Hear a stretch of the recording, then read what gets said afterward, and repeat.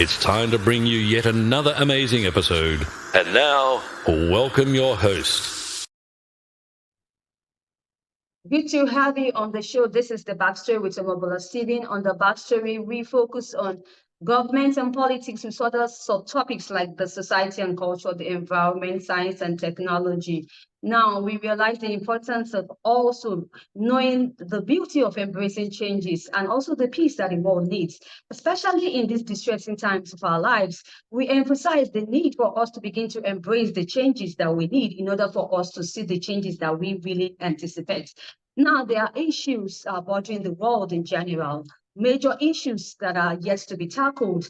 Now, the major focus of the Backstory with Omobola Stephen is to bring light onto this discussion, to these topics. We try to shed more light on what has not worked and what will make it work. We distorted mindship conversations and on expert and professionals who are adept in this topic. Today, we'll be talking about the environment, and I have A.M Halvorssen, who is an author, an international lawyer, and a climate change advocate on the Backstory. Now, she focuses on environmental issues, especially climate change. Welcome to the Backstory, A.M Halvorssen. Thank you for having me. Thank you for joining me on the show, Anita. Excited to have you share your thoughts on the environmental issues, especially climate change that is bothering the world in general, yet to be abated. But we believe that as long as we continue to have this discussion on the right platform, change will always come. So we understand that climate change is a long-term shift in temperatures and weather patterns. Though it may be natural indeed, but since the 18th century, human activities has been the main driver of climate change. Anita, how do we allow this to happen? Could you repeat that question, please? All right. Yes, I'm beginning my introduction. I'm beginning the show with this introduction as we've come to realize with the passage of time that climate change is a long-term shift in temperatures and weather patterns. And now that's what we are told in school. That's what we learned in our geography class. Right. So yes, we know that some of them may be natural, but since the 18th century, if I am right, human activities has been the main driver of climate change. Yes. Now, yes, the question I would like to ask is, how did we allow this to happen? Oh, okay. I'm sorry. I caught the last bit I missed. Okay, so how we allowed this to happen? We weren't paying attention because the knowledge has been out there since way back that adding more carbon dioxide into the atmosphere would then warm the climate. And the sad part is that there wasn't enough action to address the issue. And then we started getting all the international approach on it with the first Framework Convention on Climate Change in Rio in 1992. And then we got the Paris Agreement after we had Kyoto and others. We got the Paris Agreement in 2015. So the sad part is that our whole society, all societies on this planet have been driven by fossil fuels, and fossil fuels are the primary driver of climate change because when you burn the fossil fuels, you emit carbon dioxide. So that's the big problem.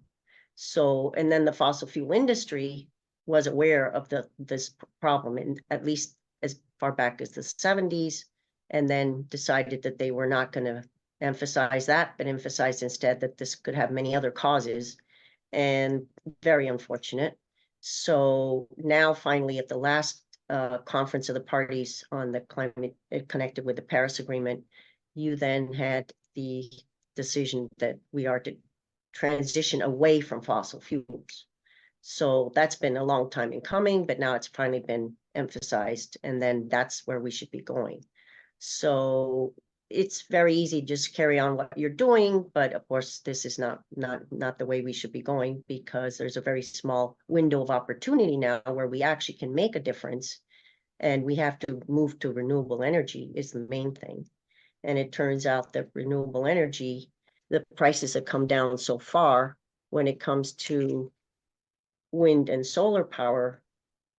As far as wind goes, the prices have dropped 70%, and solar power dropped 90% in price. So we can definitely move much faster and the incentives to do this. For instance, in the US, I'm an international lawyer, not a US lawyer, but in the US, you have the Inflation Reduction Act that then has brought a lot of incentives so people can get EV cars and things, but it's not enough. And not everybody can afford an EV car, an electric car. But some places they're pushing a lot more. In Norway, they did. For instance, 80% of new cars are now EV cars in Norway, for instance. And there's movement there, but we have to do a lot more and a lot faster, and then absolutely set the dates to then get out of fossil fuels, and that doesn't seem to be the case. So it's unfortunate because the emissions of carbon dioxide coming primarily from burning fossil fuels is something we should then understand, that we have to get out of fossil fuels.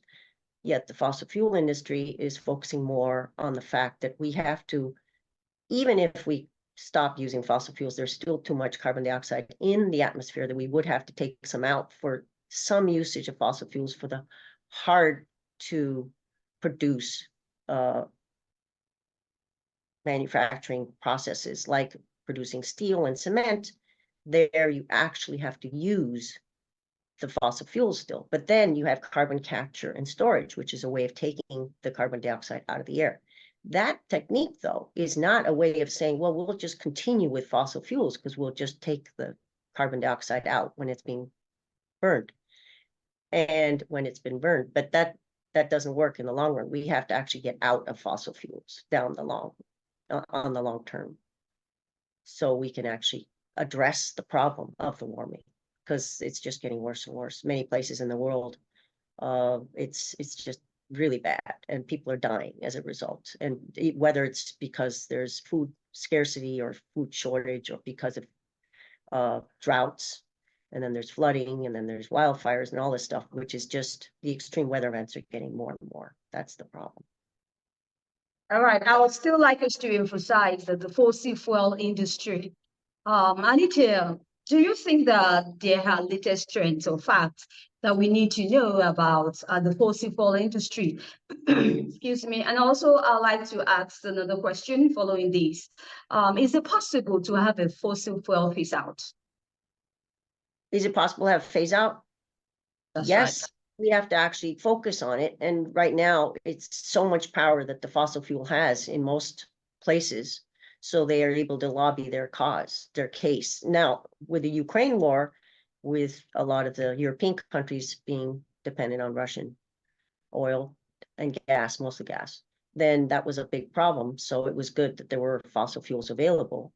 But now a lot of the European countries are moving to renewable energy.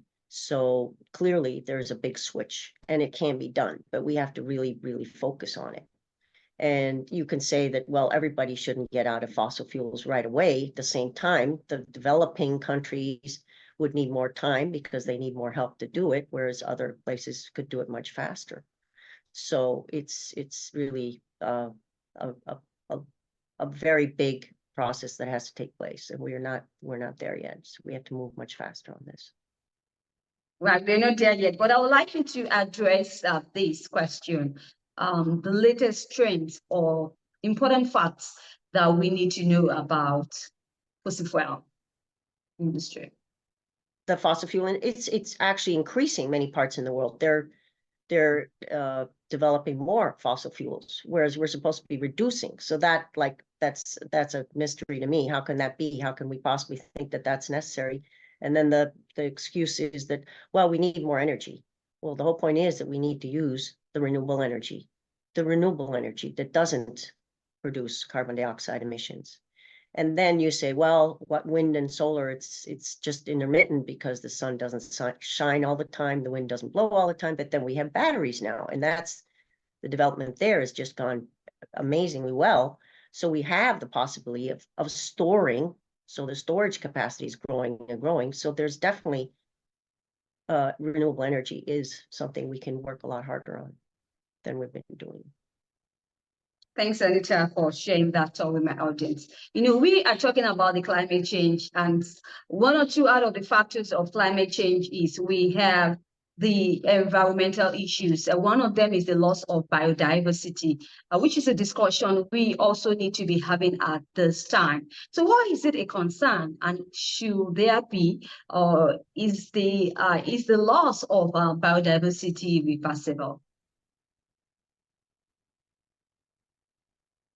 The biodiversity loss is a huge problem. And now, for instance, just take the rainforest, for instance, in Brazil, that is a sink for carbon dioxide. So just through the plants where they're sucking up the carbon dioxide. So when that gets removed, and that's happened time and again, then of course you're not getting that sink for carbon dioxide and there's more emissions, which is a big problem. So that's the big thing, but we're already in the 6th mass extinction. So that happened even before the climate change got much worse now. And that is a problematic because all our systems are the basics of life on Earth is the ecosystem, which is the natural environment, the systems that are out there. And all of that does a lot of things that we need. Obviously, water we need and the plants and all of this. So it's really, really difficult, but they've now talked about in the latest biodiversity meetings on the treaty, on the biodiversity treaty, they talked about that now every country should try and set aside 30% for protecting biodiversity. So that's a huge problem. So, and then you talk about, well, we shouldn't eat meat so much, maybe not quit entirely, but eat less of it, because with meat production, you get the methane from the animal's digestive system. And then you have, of course, removing rainforest to produce more cattle, to have more cattle for more meat production. That's also a big problem. Right. So, Anita, I'm just thinking out loud. If we don't tackle climate change, what do you foresee? Not looking good. So we want a future for our children and grandchildren, or next generations, of the future generations. So obviously we have to do this right. We have to just get people much more engaged and to go and talk to any politicians, if it's at the local level or the national level, the international, they have to really connect and start pushing. So it's not just on the individual level, the ones who can afford put solar panels and drive electric cars, but we have to engage with the politicians a lot more, and then vote when you can, obviously. So yeah, that's super important. Getting the politicians convinced that this is what we want, that I think is a really big thing that has to come first and foremost, because it's just not looking good moving forward if we don't take this opportunity we have now. If we get it together, we can, and we have the tools already. So there's really nothing stopping us if we really want to. Anita, why do we have to get in touch with the politicians regarding the climate change issue? Why should it be the politicians?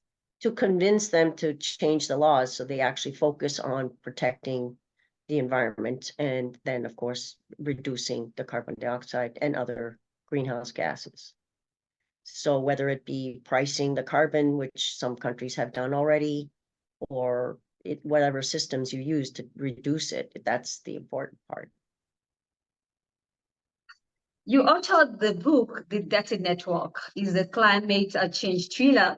Excited about the book. So what inspired you to write the book, Anita, and any important takeaways you'd like to share with my audience?